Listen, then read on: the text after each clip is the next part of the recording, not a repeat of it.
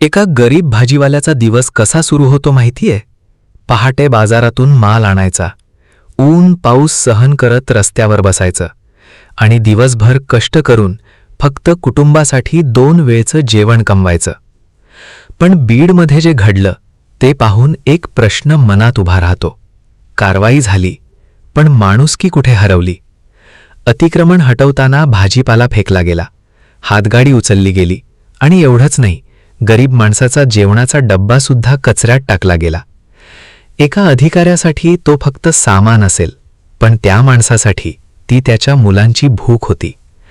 कायदा महत्वाचा आहे, पण कायद्यापेक्षा मोठी एक गोष्ट असते, ती म्हणजे माणुसकी.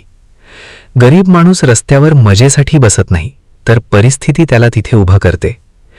आज जर प्रशासनाने संवाद साधला असता, थोडी संवेदनशीलता दाखवली असती, तर कदाचित ही घटना इतकी वेदनादायक ठरली नसती. बीडचे लोकप्रतिनिधी आणि प्रशासन या घटनेकडे फक्त कारवाई म्हणून पाहू नका, कारण इथे प्रश्न भाजीपाल्याचा नाही, तर एका गरिबाच्या सन्मानाचा आहे. लक्षात ठेवा, शासन लोकांसाठी असतं, लोक शासनासाठी नाही. आणि कोणत्याही प्रशासनाची खरी ओळख त्याच्या कठोर कारवाईने नाही, तर गरिबांशी केलेल्या वागणुकीने ठरते.